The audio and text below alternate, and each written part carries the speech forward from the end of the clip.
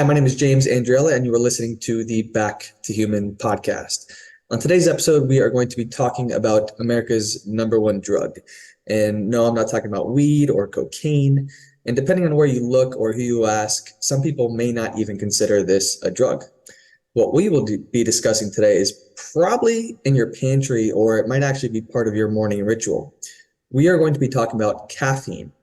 I want to preface this episode by saying that I've recently kicked the habit of drinking coffee. I have been a month, sober now. I got my 1 month chip, and this would be my third go around, and I suppose that the third time is the charm, hopefully. This time is a bit different because I did a bit more research and I have some more knowledge in my hands that I didn't have during previous attempts. And while going through withdrawal experiences, I kind of intuitively just knew that there is no way that this stuff can truly be healthy for us if you experience these withdrawal-like symptoms. So joining me on the show today, I have the pleasure of interviewing Dr. Stephen Chernisky. Stephen is the author of Caffeine Blues, Wake Up to the Hidden Dangers of America's #1 Drug, and also the DHEA Breakthrough, as well as the Metabolic Makeover. He's also the host of a website called The Healthy Skeptics, which helps sift through some of the BS that we see advertised in the health space today. He hosts this along with his wife, and their motto is what to explore, what to ignore. As mentioned, today we'll be exploring, no longer ignoring, caffeine or coffee. Without further ado, Stephen, welcome to the show. James, thanks for being here for all your viewers and listeners. I'm happy to contribute. Thank you so much, brother. So I personally know because I've read the Caffeine Blues book now, but I want to know, what was your awakening moment like when it comes to caffeine or coffee as a stimulant drug? Well, I was for 7 years, starting in 1972. I was in a yoga ashram, and so obviously it was a vegetarian diet and no caffeine, no stimulants were used. We were focused squarely on yoga, meditation, and so as soon as I well, actually, before I even left the ashram, I picked up a couple more courses on biochemistry and started working in a medical clinic as a nutritionist. And then I was a dietitian for a nearby hospital. Long story short, I would ask people about their intake of caffeine. And I was shocked that people really had no idea how much caffeine they were consuming. Part of that is because we tend to consume more and more and more as our body becomes more tolerant. We don't get the buzz we once got when we were back in college. We're looking for that buzz, and so all of a sudden your little cup of coffee becomes a mug, and your mug becomes, a Starbucks. The most common size of Starbucks, of course, is actually a little over 3 cups of coffee, because a cup is defined as 6 ounces. And so we have a tendency to not understand how much caffeine we're consuming. And so, first of all, that was kind of shocking to me. And I would explain to people, hey, what would you think if you went to the doctor and your doctor wrote a prescription for a powerful drug, and then you looked at the prescription on your way out and you say, well, hold on, doc, how much of this should I take? And the doctor says, oh, however much you like. Just however much you want to take. You would not. Right? So we have to understand that caffeine is a powerful drug, and that everything is dose related. And the more you take, the more effects and side effects you're going to have. So it was a wake up call for me that people that I was counseling had no idea how much coffee they were consuming, how many energy drinks they were consuming, and what effect that was having on their quality of life. One quick comment, which I'll make, which is one of the most common responses when I would suggest to the person who is seeing me when their primary concern was fatigue, when I would suggest to them that we had to start winding down on their caffeine intake, the most common response was, and you'll know what it is, where am I going to get energy? Mm-hmm. And so I had to remind them, you don't have a caffeine deficiency. Caffeine is not giving you energy. This is the illusion of energy. So let's talk about that. Yeah. Yeah, so as you mentioned, it's an illusion, and there's plenty of jokes, there's plenty of memes that are going around the internet. It's like, don't talk to me until I've had my coffee, things like that. So for myself, what I kind of saw it as and justified it as was a ritual. So it was kind of like my morning ritual process where I'd wake up, I would drink water before caffeinating. I suppose that's better because caffeine can be dehydrating. Um, but it was this ritual process. And once I did kick it, I was kind of just scourging around trying to find something in order to replace it. And I think that is probably where maybe a lot of people start. But then, as you mentioned, it's a drug, and then it's not regulated, which I do want to ask, why is it not regulated? But it starts off as this, and once we develop a tolerance, we just need more and more and more of it. So it's like, it's this drug that is just out there. It's like freelance, and it doesn't require a prescription, but everyone can purchase it. So why isn't it regulated? Well, if you invented caffeine and you went to the FDA and you said, here's this drug that I've invented. I would like you to approve it. The FDA would say, hell no, you got a lot of work to do before we'll approve this drug. So let's get that straight. If you were to invent caffeine today, it would never be approved as a food or beverage, right? It would have to be in the drug category. But because caffeine has been such a part of our life for so long, I mean, we're talking centuries, it has just been kind of weaved into our culture and our psyche and our diet in such a way that it's just, and there's also commercial reasons. Coca-Cola, for example, never likes to talk about caffeine. Even though they lace their products with caffeine. And the reason they do that is to addict people. And the reason I know that is because caffeine doesn't taste good. Caffeine tastes terrible. And so when you take synthetic caffeine and you add it to your beverage, whether it's Coca-Cola, Pepsi-Cola, Dr. Pepper, or any of the Monster, Red Bull, when you add caffeine to those products, you have to mask the horrible taste. So no one likes to talk about caffeine. If you go to, Coca-Cola and you ask them about why do you put caffeine in your beverage?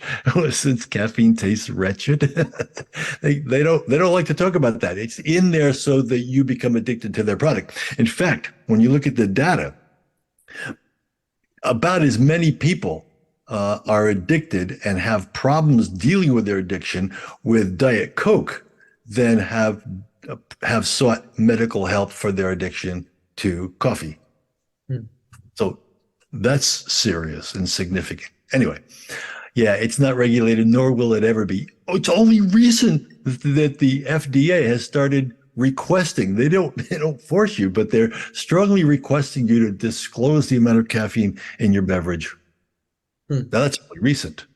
For a long time, all the while I was doing research for Caffeine Blues, nobody was disclosing the amount of caffeine that they were putting in their beverage, including Coca-Cola. I mean, why would you? Why would you if you have this product that is highly addicting and people don't know about it? They don't know why they're addicted to it. They don't know why they can't cut it without these issues. So if it's not regulated and there's no one forcing you to do so, of course, it's just like infinite profit, infinite income. So so you mentioned that I guess the most purchased coffee at Starbucks is 3 times the size of what should be a typical cup of coffee. Now, how much caffeine, if you know, because I know you have some sample sizes there, just to give some people a little bit more insight into how much they're actually consuming, because most people probably have no idea. They assume a cup of coffee is that big thermos. So how much is in there and how much would be in like a typical Coca-Cola? Okay. What are we A cup of looking for? coffee is defined as 6 ounces. All right. So a teacup is 6 ounces. That's 100 milligrams of caffeine.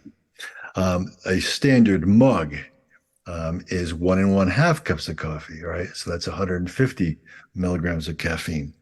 The most common Starbucks serving is 3 cups of coffee. So again, that's 300 milligrams of caffeine. And so this gets fairly serious when you start adding the caffeine that you're consuming in the day, and you start adding, energy drinks with 100 milligrams of caffeine per 8 ounce can. Then you start getting way up towards a gram of caffeine, and that's when things really start getting hairy. Because at that point, even a rapid metabolizer, and we're going to talk about the difference between a rapid and a slow metabolizer, but at 1,000 milligrams of caffeine, even a rapid metabolizer is going to have adverse side effects. Mhm. And there are people who came to me again. Their primary the complaint was fatigue, and they're coming to me and they're drinking a pot of coffee in the morning. So they're literally brewing a pot of coffee and consuming the entire pot, which is God knows how many, probably 8 cups of coffee, and that's before noon.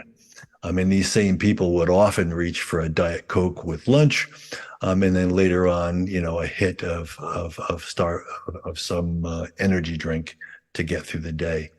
And so we tend to kind of make it through our day with caffeine hit after caffeine hit after caffeine hit. And then we wonder why we have migraine headaches. We wonder why we can't sleep at night. We wonder why we'll get to sleep, but then we wake up and can't get back to sleep. Or we wonder why we wake up in the morning, we don't feel rested. The vicious cycle is very clear. You're consuming caffeine at a level which is not healthy for you. And so you're waking up and you feel like you've been hit by a bus. What's the thing you reach for? Caffeine. You reach for the caffeine. And so you dig yourself into this hole and you get deeper and deeper into this hole. And at a certain point, it's really hard to get out. Mhm. And it's got you like first thing in the morning too. So you haven't had your fix of it for 6 to 8 hours of whatever quality of sleep that may have been, which is probably not so great due to the caffeine. So it's literally got you very first thing in the morning. And it's just kind of weaseled its way into our lives where it's like one of our best friends. Yeah, I can't leave the house until I get this coffee. Then they're going to consume it at lunch. And there's even people I know, like Latin culture, they'll have it at night. They'll have it right before bed. And somehow they get to sleep. So you mentioned that caffeine does not provide us energy. And when you were trying to get people to kick the habit, I'm sure you were met with so much resistance, like, how? I can't do that. So if caffeine doesn't provide us energy, what exactly is it doing to give us this alert state? Well, you just used the right word, which is alert state. Caffeine stimulates the adrenals to produce epinephrine and cortisol. So the immediate, so it's the same fight or flight response that you get from I like to say a slap in the face or an unfortunate encounter with a saber-toothed tiger. I mean, the fight or flight response kept us alive for millions of years, and so that's built into our cells. But when you do that, because again, if I woke up this morning and if I said to my wife, "Hey, honey, slap me in the face as hard as you can," she wouldn't do that. But imagine if somebody slapped you in the face and you said, "Boy, that really, I really feel alert now. Thanks, honey." But you'd never say, "Hey, honey, slap me again at 10, slap me again at noon, slap me again at 2 o'clock in the afternoon."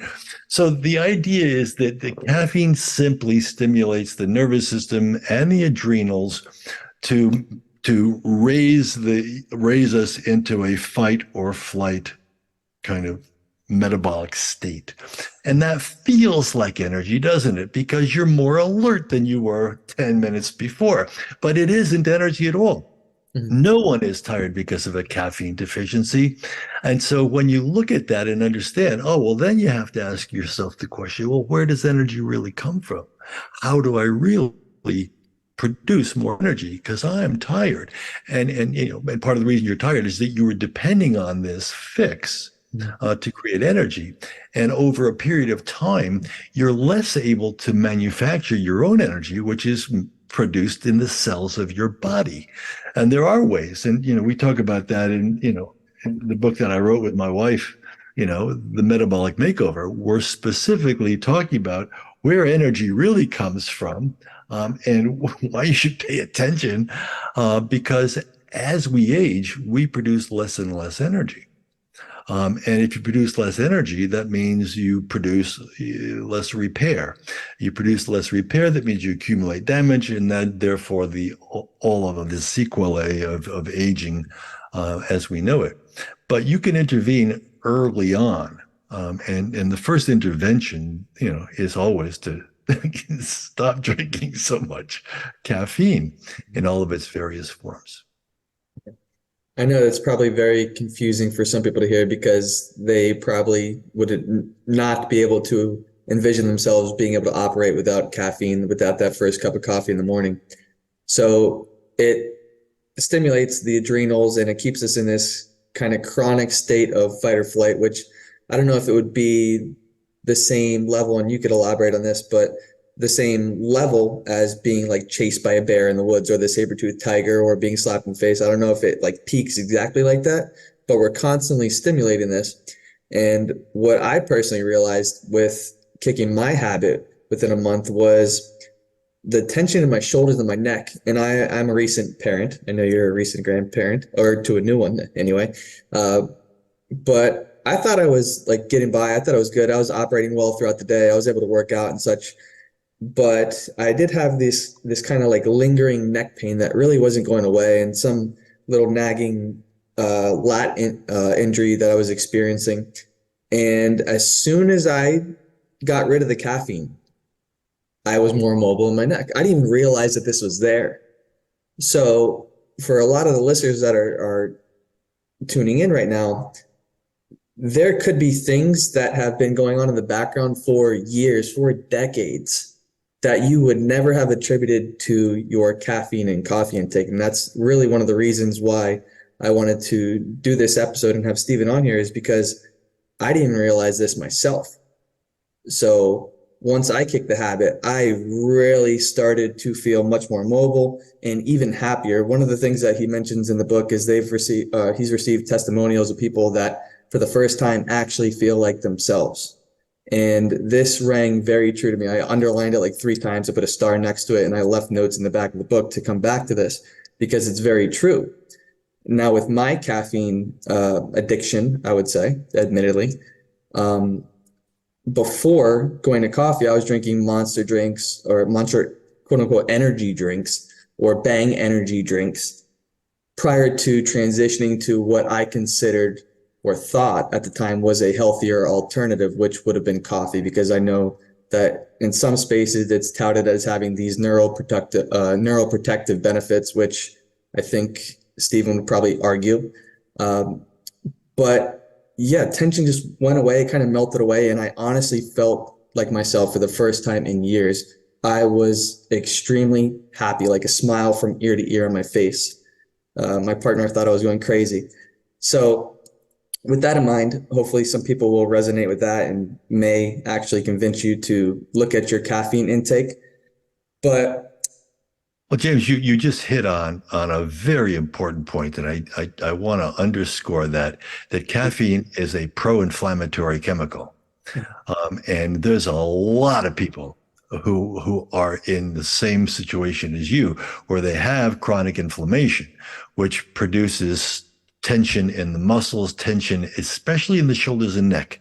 I saw that hundreds of times with hundreds of clients, that when they got off the caffeine, the tension in their shoulders and necks, dramatically improved. So you hit upon a really important point, which is caffeine is a pro-inflammatory compound, and needs to be understood as such, because inflammation, and talk to any professor of physiology, and ask them what's the number one damaging force in human physiology, and it's inflammation.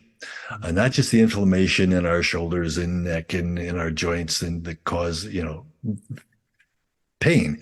Inflammation drives all forms of dementia. Inflammation drives all three stages of cancer. Inflammation is the silent killer, and that's not my opinion. That's been the topic of hundreds of scientific studies.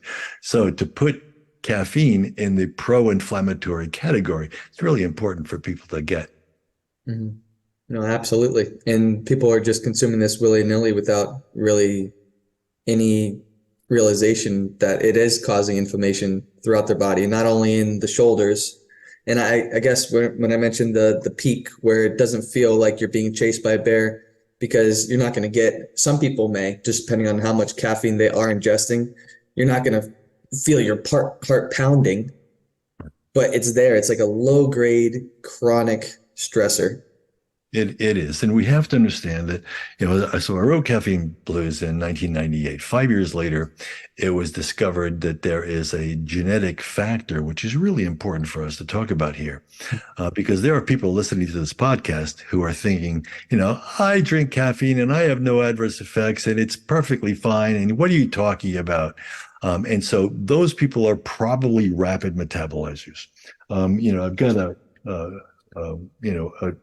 an article from Journal of American Medical Association, and this was much later. This is all the way into 2006, and the title is "Coffee, CYP A1 genotype and the risk of myocardial infarction." So what they're talking about here is so 5 years after I wrote the book, it was found that roughly half of people in North America, they only studied people in US and Canada, they found that about half of the people were rapid metabolizers, which means that the enzyme system in the liver that detoxifies caffeine, because as soon as caffeine is absorbed, and it's absorbed rapidly, by the way, an entire dose of caffeine is completely absorbed 45 minutes after you drink it.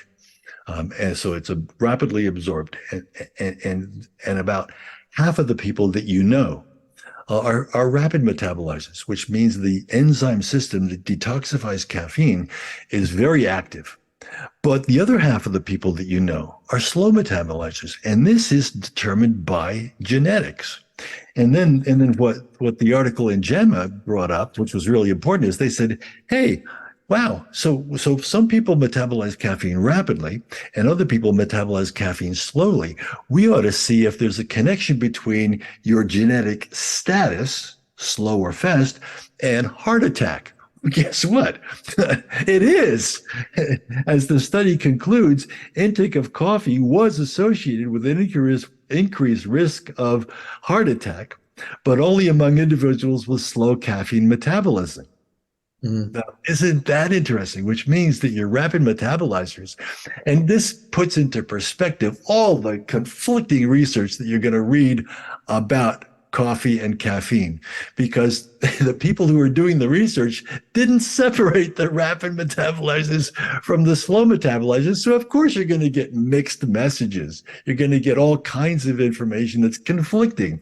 But when you understand that half of the people out there, half of the people that are slow metabolizers, which means that third cup of coffee or that cup of coffee at 3 p.m., it's going to affect their sleep. And it might not cause the rapid heartbeat, right? It might not cause the sweaty palms and the increase in blood pressure, because all those effects you become tolerant to those effects, and they become less and less the longer you drink coffee. Mm-hmm. So it's really important that we know that there are lots of people out there who say, I could drink 4 cups of coffee at, 2:00 in the afternoon, I sleep like a baby. Well, bravo for you. But let's talk to your wife.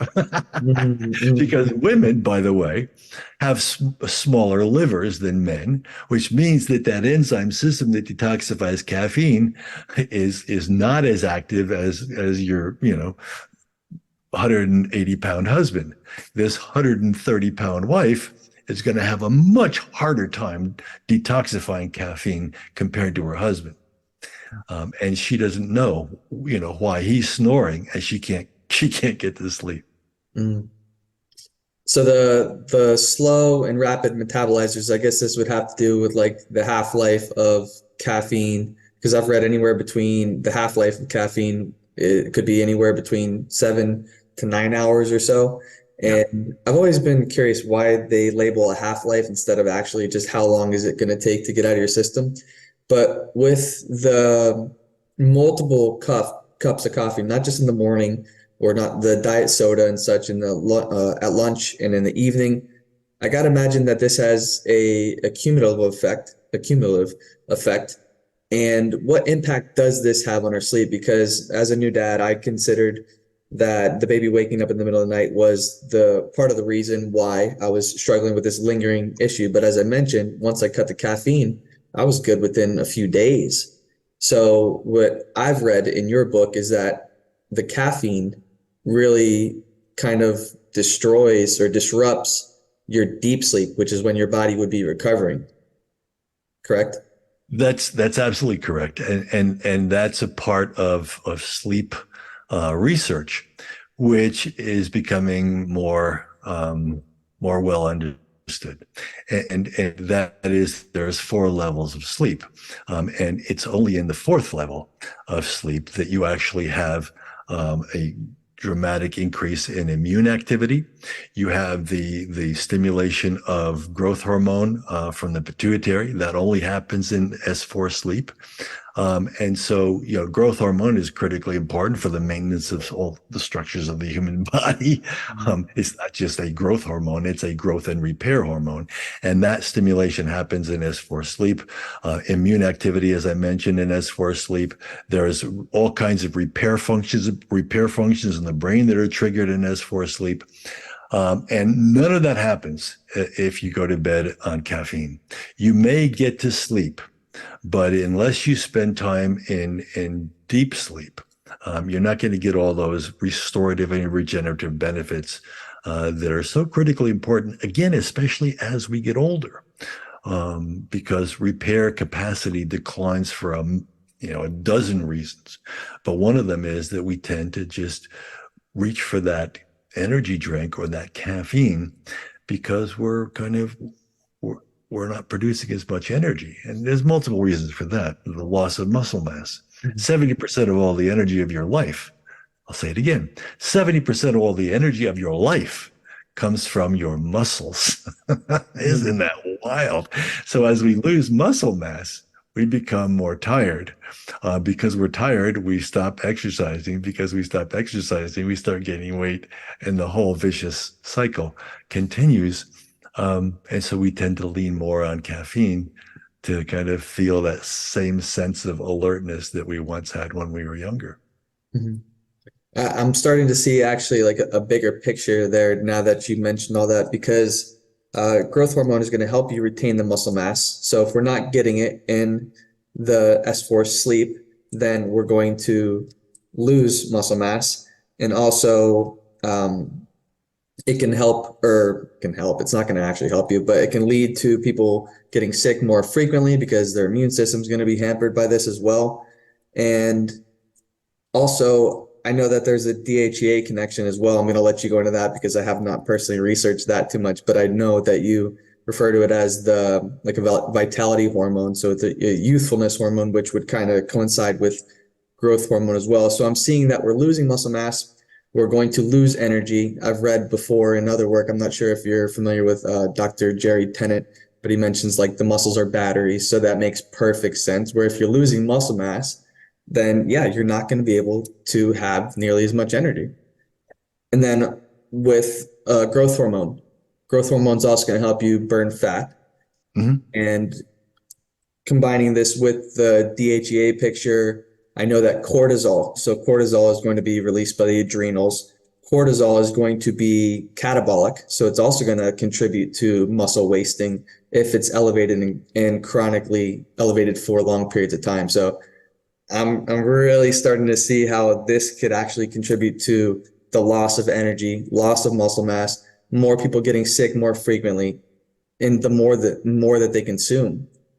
And what I see here is that if it is a cumulative effect of caffeine, where the half-life is X amount of hours, and people keep ingesting it, the half-life has been kind of just extended for Yes. this long period of time. So we always have caffeine in our system if we are doing this. Yeah. Never goes away. And so the cumulative effect, the first thing you mentioned, I'm going to I put a highlighter on, because the cumulative effect is a very real phenomenon, that with multiple doses of caffeine during the day, you will tend to get a cumulative effect where cortisol levels never fall. Remember also, because you also mentioned DHEA, really important a point. DHEA is primarily synthesized in the adrenals, in the same region of, your adrenals are only about as big as the end of your thumbs. They're sitting on top of your kidneys, and they're responsible for producing a raft of hormones that are critically important for your health. And the zona reticularis, which is the particular area of the adrenal gland, that zone produces both caffeine, produces DHEA and cortisol. So when you're constantly stimulating your adrenals to produce cortisol, what do you think happens to DHEA?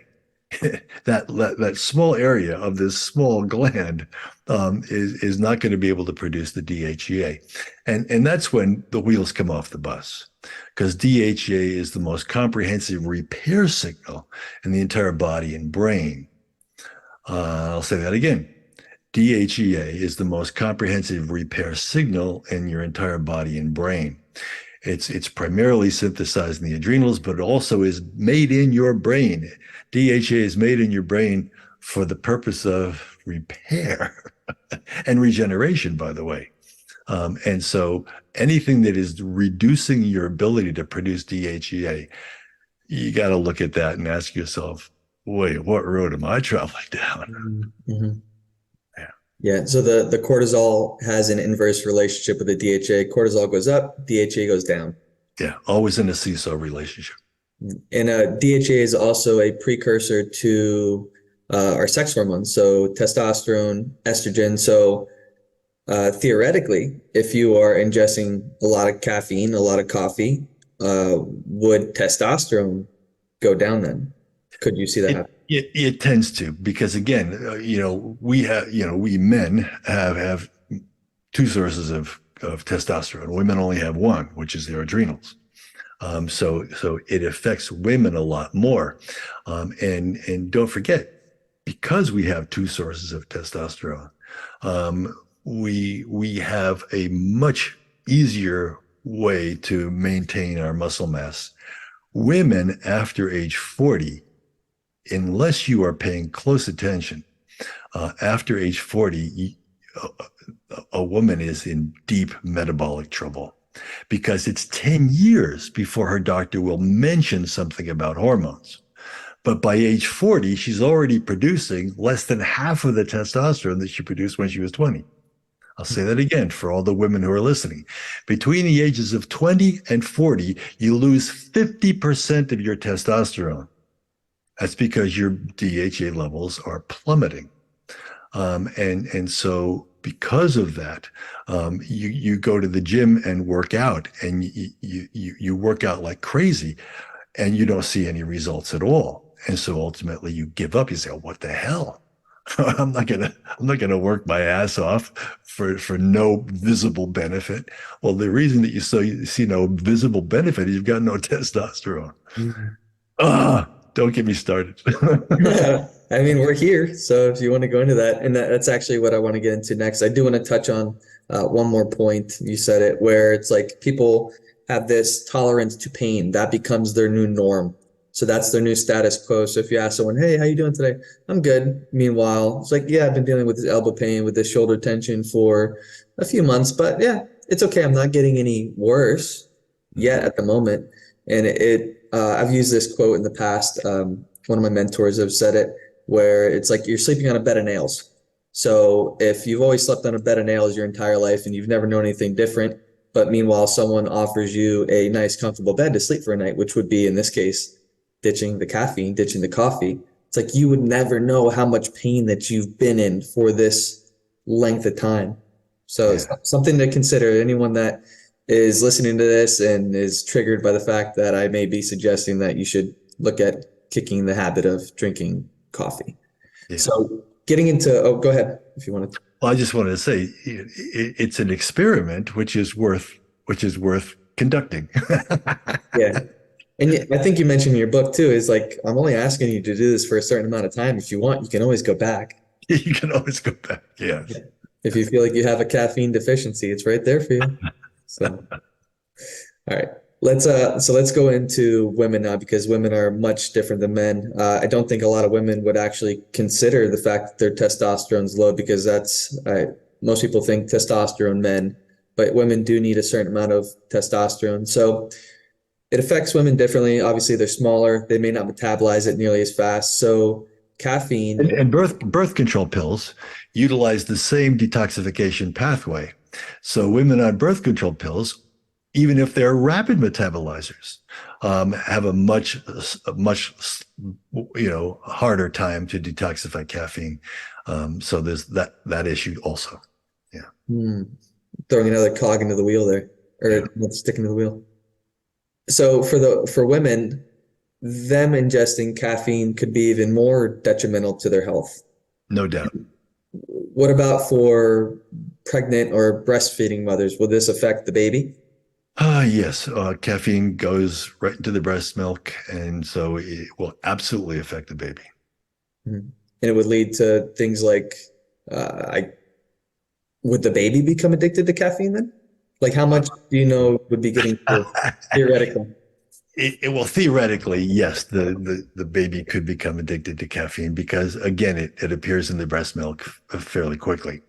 But the main thing is you're thinking of, a baby's, how important is sleep to a baby? It's critically important for the baby and the parents because, if you've got a colicky baby, a baby that's fussy, a baby that can't relax, there's a reason why pregnant and lactating women are strongly advised not to drink caffeine. It seems like one of the things they would want to go to too, because if they're already struggling with a lack of sleep and obviously they're doing so much work, God bless women, like it's difficult for them to actually get through the day. So their caffeine or their coffee may actually be their savior or may seem to be their savior in that moment.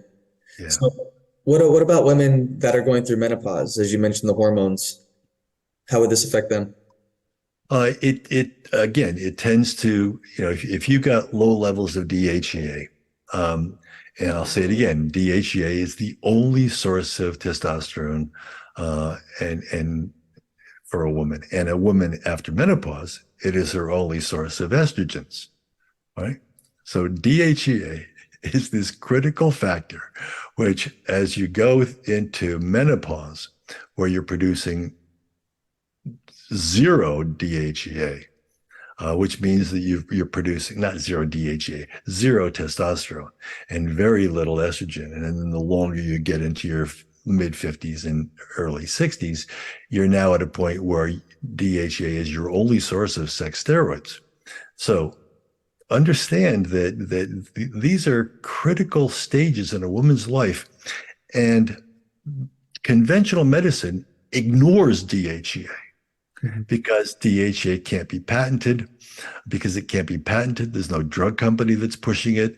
No one is coming to the doctor's office as a rep, to give them free samples to hand out to their patients.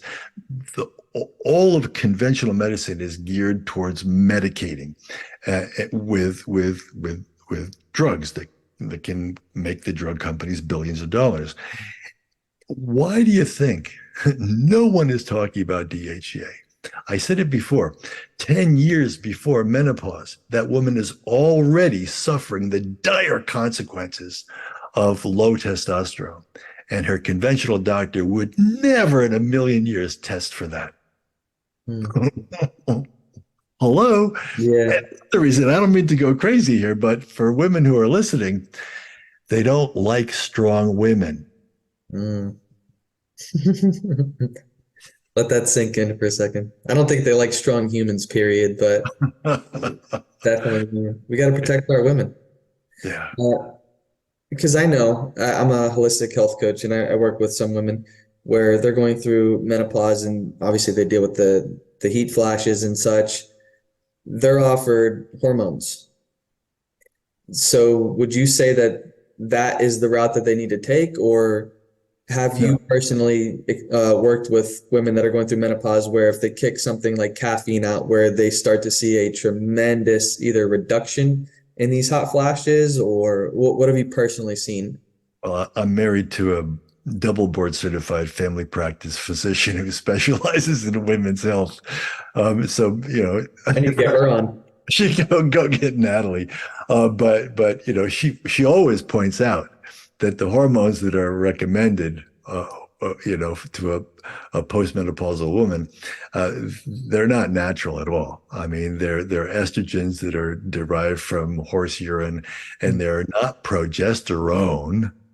They're progestins, which are analogs of progesterone, the natural hormone that is critically important for a woman's health. So what they're offering this woman is nothing of benefit at all. And so now the woman's saying, well, what do I do?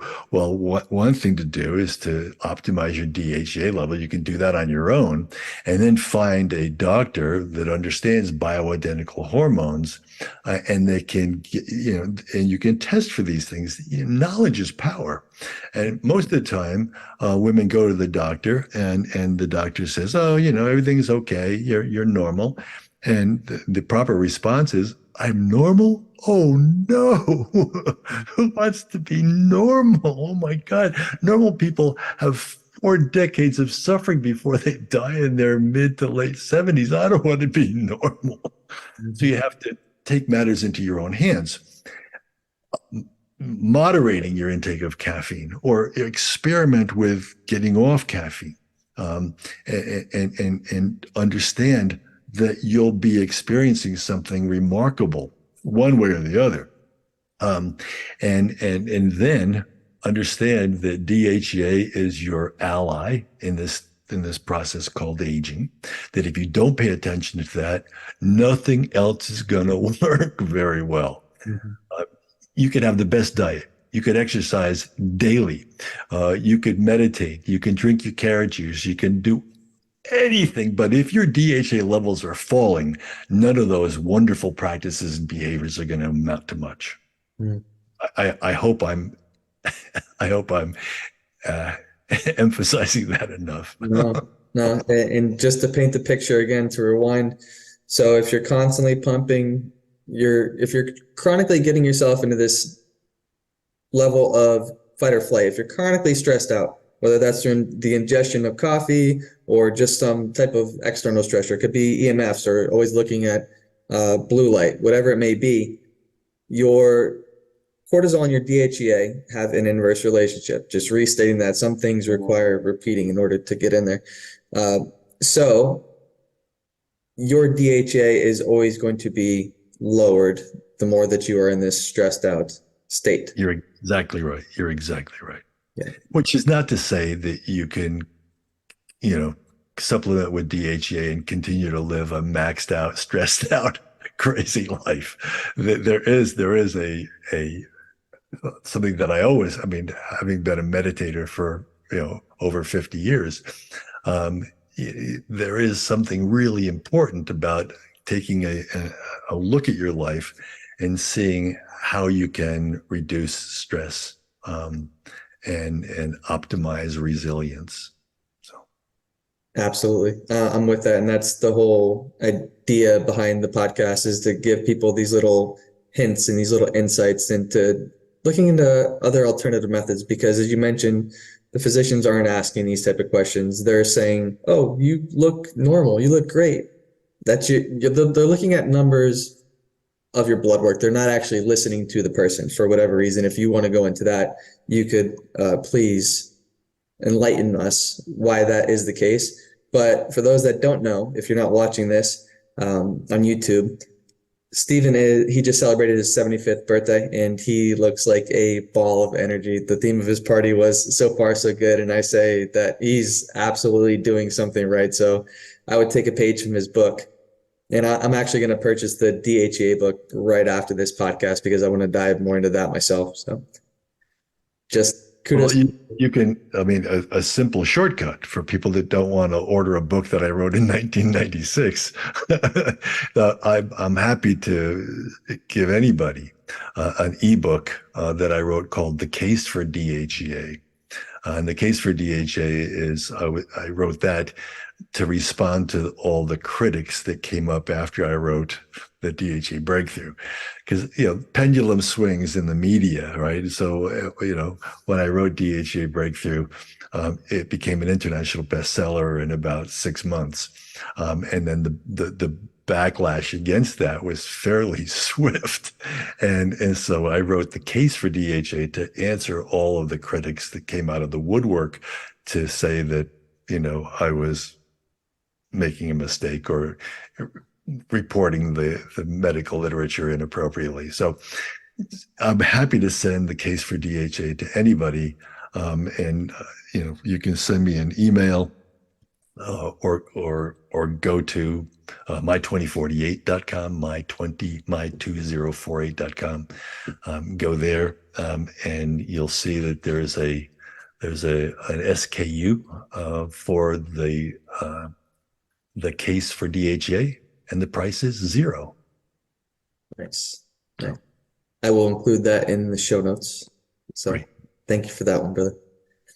Now, when I switched over to coffee personally, this isn't to kind of put anyone on blast or anything like that, but it's just kind of what I fell into. I looked into the Bulletproof diet. So I kind of went through Dave Asprey's stuff, and obviously he was with Bulletproof. He was putting out these coffee products, and the claim was that it is free of any molds and any toxins, so it's not going to give you this kind of wiry feeling or this it's not going to give you the jitters that some coffees will. And I will honestly say, I'm not trying to promote his products, but when I did consume those instead of like a Starbucks coffee, I did feel more clear. I did feel more alert. So there may be some truth into there.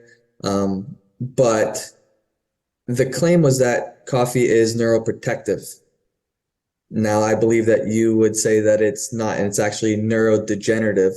When I kicked the caffeine habit at the time, when I was consuming coffee, I would consider myself pretty productive. I thought that it made me better. I felt like I could get a lot done.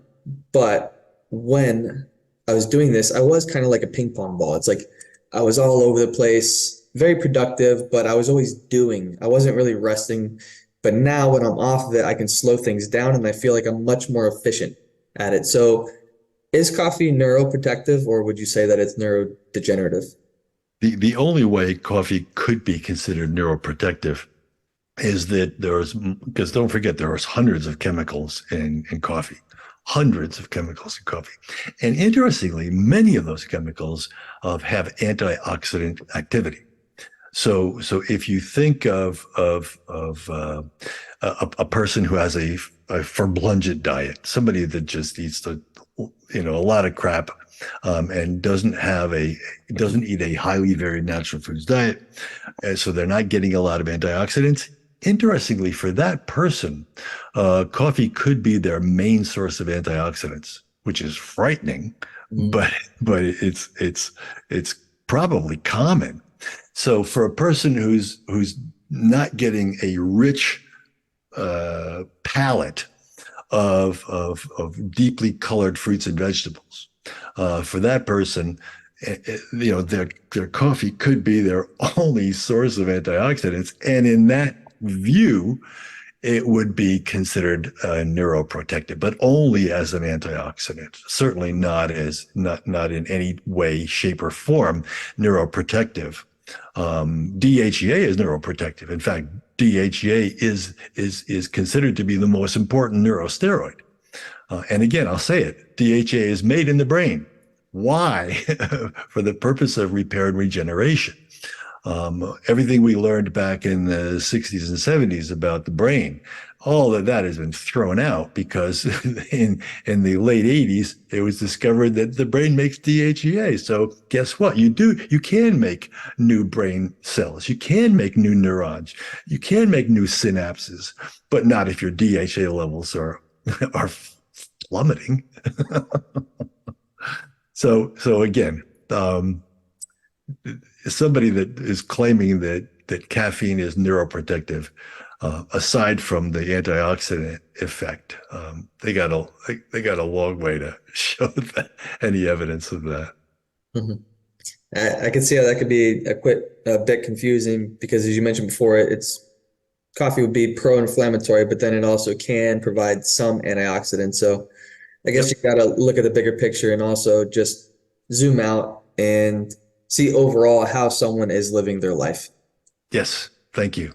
Yes, absolutely. It's because we're all so busy and we're getting busier. There tends to be and because we're all bombarded with so much information. I mean, it's you were kind to mention that the motto that my wife and I have for the Healthy Skeptics is what to explore and what to ignore. Because I think it was 1972, I went to a conference in Fordham University in New York City, um, where the keynote address was being given by a neurochemist who said that in the near future, we will be inundated with information, most of it irrelevant and much of it erroneous, so that your life will depend on what you explore and what you ignore. That Mm. neurochemist was Marshall McLuhan. Mm. What you explore and what you ignore will determine to a great extent your quality of life. I love that. I could definitely see that because it's a lot of noise. So the signal's somewhere in there, but if you're being bombarded with all this useless information that you can't really apply to your life, then you got to learn how to sift through the BS. Yes. And I will say that when you're highly caffeinated, it becomes more difficult to do the sifting that has to be done. Yeah. Yeah, because you're stuck in like a state of doing. So what I mentioned earlier, how for the first time in what may seem like decades, I'm 30, I'll be 33 this month. I've honestly finally felt for myself. And I go back to books like New Brave World, I believe it was, where it's like the soma that these people were going for. It's like their drug of choice. It almost seems like we've been provided that with things like coffee or the things like the dyes, the artificial dyes in the food, whatever those are doing to our neurochemicals. It's like those are the drugs of choice for us so that we can kind of just stay in this state of human doing instead of human being and focusing on the things that truly should matter. We lose sight of that. Yeah, yeah. And again, the tendency to do that is because there's so much that's distracting and exciting to look at, right? I mean, social media opened up a whole new realm. The first one was the internet, and that was exciting and distracting and remarkable. And then came social media, and the whole thing and now of course we have AI, and it's a whole new world. We won't get into that because we don't have time. No. So I didn't intend to ask this question, but since we're here, what would you say to focus on? Because you're 75 years young and you're clearly, in my perspective, doing something right, which is something that I truly admire. And I admire people that can show a different example. Like you're embodying the fact that aging does not have to suck. If you go to your doctor and you're told that you're normal and you're already experiencing all these issues, what I imagine is going to be taken in that very moment by these people is that, oh, wow, it's only going to go downhill from here. So, what are the things that you at this age would focus on? What do you think is the signal that should be getting through and the noise that should be eliminated? Well, again, yoga, my background is yoga. I taught yoga for 30 years. traveled to India to get in-depth kind of exposure. And then and when I was teaching yoga, I saw, what a great benefit it was. And so I would never stop doing that. So flexibility is critically important. Again, as we get older, we tend to become less active, and less active often means less flexible. The human body is designed to move. Mhm. When we don't move, bad things happen. There's a phrase that I heard the other day, which is sitting is the new smoking, right? If you sit all day, whether it's at a desk or whether it's on your, Barca lounger and watching television, the more you sit, the more problems that you will experience. So being active, I'm fortunate. My wife and I live on a high bluff overlooking Puget Sound. Our daily walk takes us down through this winding stream and going down through this deep woods. And then all of a sudden you find yourself on the Puget Sound. And depending on the tide, you can go one way, or if it's low tide, you can go a different way for a different walk experience. But it would be an unusual day that we don't get out there at least once or twice. So exercise is important, and it doesn't have to be strenuous, but it has to be consistent. Obviously, diet, a highly varied natural foods diet, critically important. And then there's the things that you can do to maintain energy levels. And we don't have time to go into all of them, but there are compounds that you can ingest, which will increase cellular energy production. And you got to know that. You got to know that it's not this dead end street, this thing called aging. Back in the mid 70s, I'm in a physiology class, and we're learning in depth about the Krebs cycle and how it creates ATP, and then and all the different ways that the body feeds compounds into the Krebs cycle. And so as I'm watching this unfold in front of me in the slides, the 5 o'clock position in the Krebs cycle is alpha ketogluteric acid. And since all the other, organic acids, citric acid and succinate and all the rest of them can be obtained from food, I asked, well, where do we get alpha ketoglutarate? And the professor said, well, there's no food that provides alpha ketoglutarate. Your body has to make that. And I said, and will I always make an abundance of alpha ketoglutarate? Because it's the rate limiting step in the Krebs cycle. Hmm. Interesting. And he said, no, as you get older, you'll produce less, and then you'll end up looking like me, and that'll be that. I wrote down in my notebook, find alpha ketoglutarate, right? And a couple of decades later, I found it. I mean, it wasn't me, but it was stabilized by a group in Milan. I got on a plane and came back with a couple of kilos of pure alpha ketoglutarate. And fed it to our track and field team in 1984. Holy crap. And they won more gold medals that year than any prior or subsequent team. So alpha ketoglutarate is one of these bioenergetic compounds. Coenzyme Q10, a bioenergetic compound. NMN, nicotinamide riboside, a bioenergetic compound. And we talk about all of them. Is a shameless plug. We talk about all of them in the metabolic makeover because energy really is the name of the game.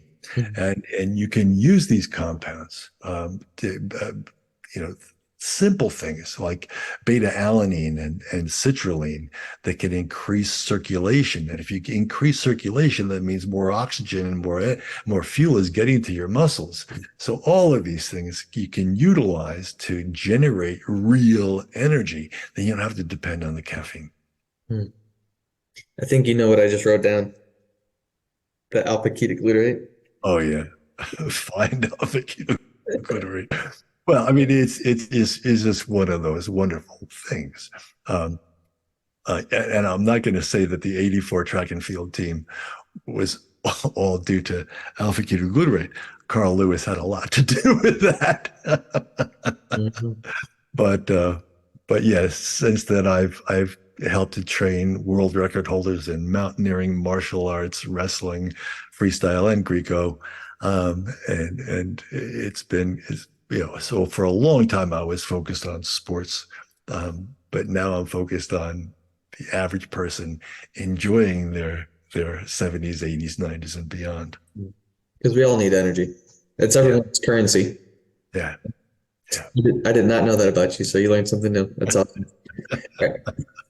So jumping back to the caffeine, uh, what uh what are some hidden sources of caffeine that people may not realize that they're ingesting that is contributing to their overall caffeine intake? Well, the big hidden source of caffeine was outlawed by the FDA back in the late 80s. And that was Ma Huang. And so thank goodness. I mean, and the only reason the FDA banned Ma Huang is because people were dying. All right. And so that was the main source. But you got Bissy nut, kola nut, guarana. Um, these are three common hidden sources of caffeine. And again, the FDA has said, hey, if you're going to use Bissy nut, kola nut, or guarana, you ought to disclose how much, or green tea, you ought to disclose how much caffeine you're providing for your customers. So there are products now where I see added caffeine X number of milligrams. And I really, when I see that on a company's label, oftentimes I'll just send them a thank you, because it's really responsible commerce. Because remember, green tea, when you have a cup of green tea, that's only 35 milligrams of caffeine. And that green tea also contains some theanine. So it has a blunting effect on the small amount of caffeine that was in there in the first place. But when you buy an energy product, and it's got green tea, it wasn't just green tea that they dried up and powdered the leaves and put it in the product. No, it can be a concentrate that contains astronomical levels of caffeine because of the ability that we have to manipulate these compounds. So green tea can be it's not a green tea cup is not a significant source of caffeine. I think 35 milligrams is not that much, but a green tea extract or a guarana is about guarana as it's farmed in South America is only about 9% caffeine by weight, but you can refine guarana to be like 80% caffeine. Hmm. So you have to be mindful of that. Bissy nut, kola nut are not as common as they once were. Yeah, those are the main hidden sources of caffeine. But you have to understand that a kilo of synthetic caffeine from China only costs about $25. Hmm. A kilo of synthetic caffeine from China, it's about $25, which means that if you're making an energy product, you're going to lace it with caffeine, and you might not even be that serious about disclosing how much. Because don't forget, Yeah. Starbucks got nailed for spiking their coffee with pure caffeine. They Hmm. don't do that anymore, but in the early days of Starbucks, they were spiking their drinks, which is why they became so popular so fast. Hmm. Get everyone wired. People got a bigger buzz. It's like, No wonder they loved it so much. ah, Yeah. So why I guess these will be the last questions that I have for you today. But the withdrawal symptoms that I experienced were definitely not pleasant. They only lasted for about 2 days. What I personally experienced, to any of the listeners that are considering this, just to let you know, if you decide to go cold turkey, Stephen definitely has a way to mitigate this. So I'll let him explain that. What I experienced was a little bit of like malaise, like dread, almost like a state of depression, very, very low energy, and terrible, terrible headaches. It was like pressure behind my eyes. for 2 days, and I knew that this would subside and there would be light at the end of the tunnel. But Stephen, why do we get these withdrawal-like symptoms, which shows me that it is truly a drug? And how would you suggest mitigating these symptoms? What's an easier way to get off the bean? All right. Number one is to go slow. And so I don't recommend cold turkey. If that's your choice, that works too. But go slow. Just reduce, and then replace. If coffee is part of your ritual, you can buy Ticino is my favorite non-caffeine alternative. And the nice thing about Ticino, Teeccino, nice thing about Ticino is that there's various flavors, and you brew it just like you brew coffee. So you can have your same ritual of brewing and the aromas and the smells and all that, but there's zero caffeine in Ticino. So there's other compound or other products on the market that do the same thing. And at the same time, you have to understand that the caffeine constricts blood vessels in the brain. I'll say it again. Caffeine reduces circulation, reduces cerebral circulation. And so when you stop drinking caffeine, all those blood vessels that were clamped down now open up, which is where the headache comes from. Oh, you mean while I was drinking coffee, I was reducing circulation in my brain. And when I stopped drinking coffee, those blood vessels then dilated. And that's the source of my headache? Wow. So that's an aha that everyone should know, that the source of the headache is because you're restoring circulation to your brain. Anyway, so there's that. So number one is go slow, replace instead of just going cold turkey, and then look at the bioenergetics. Look to get yourself out of the funk with either with music, because there's energetic music. I mean, I can energize this entire house when I wake up in the morning. I can fill the house with the Brandenburg Concerto, because all I have to do is say, "Hey, Alexa, play the Brandenburg Concerto at volume 10." Right? So, I mean, there's ways that you can express and experience energy. And also there's the bioenergetics. And again, I would highly recommend alpha-ketoglutarate, coenzyme Q10. D-ribose is another bioenergetic compound. And then please do supplement with DHEA. It'll make it a whole lot easier for you to experience, in our product called Synergized DHEA, it says on the bottle, can do in a capsule. Right? Because it produces a sense of resilience, and we talk about a study that was done with Navy SEAL recruits in the Navy SEAL program. The men who passed versus the men who failed.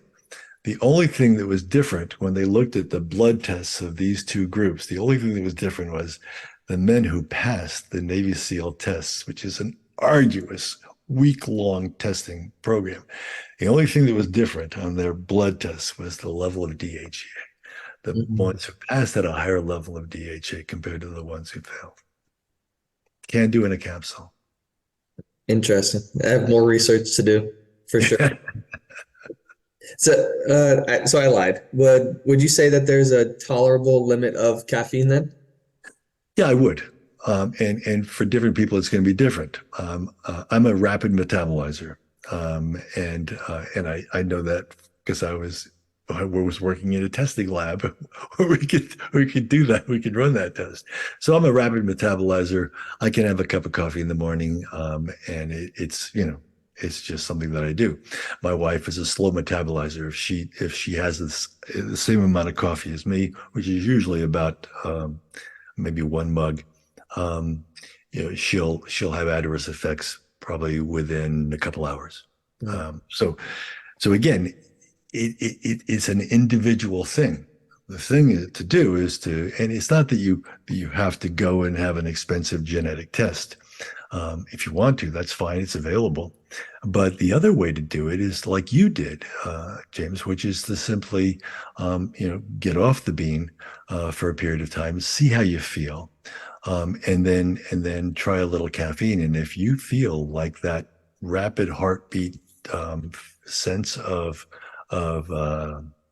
foreboding, then it's not a drug that you should play with. But for a lot of people, especially fast metabolizers, a moderate amount, I can't think of anything adverse for a moderate amount. It's just that moderate is really hard to define. Mhm. Yeah, because it's individualized and you won't really know until you've kind of cleaned your system and gotten rid of it, then tried reintroducing. It's almost like foods too. It's like you Yep. never know how something is affecting you until you kind of take it away, then slowly reintroduce it to see if it's actually for you. Yep. Exactly. Simple. Awesome. Well, Stephen, I want to thank you so much for your time, brother. I hope to have you back on in the future to talk about DHA once I've done my bit of research. That way I know what to ask. Where can people find you and your work? I know that you mentioned the my2048.com. I'll put that in the show notes for the DHA article that you mentioned. But where else can people find you? Are you on social media? I'm on social media. We spend a good amount of time on Facebook. So Stephen Chernisky on Facebook. I think there's a couple of Stephen Cherniskys. I'm the biochemist. And so there's a newsletter that we've been doing for years. And the big 7-5 was meaningful for me. So after the parties were over, we rented a resort and we had 3 days of parties with family and friends. It was a blast. It was great. But when all the cleanup was done, and we checked out of the resort, Natalie and I sat down and said, "So, what's next?" And both of us felt like that this should be a rededication to a weekly newsletter. So if you go to my Facebook page today, you'll see a piece that I just finished writing before this interview, which was called "Birthdays and Breakthroughs." So look forward to conversing with any and all of you on Facebook. I find Facebook to be very useful. Awesome. I will check that out myself. So far, so good. So far, so good. Awesome. Thank you so much again for your time, Stephen. You're welcome.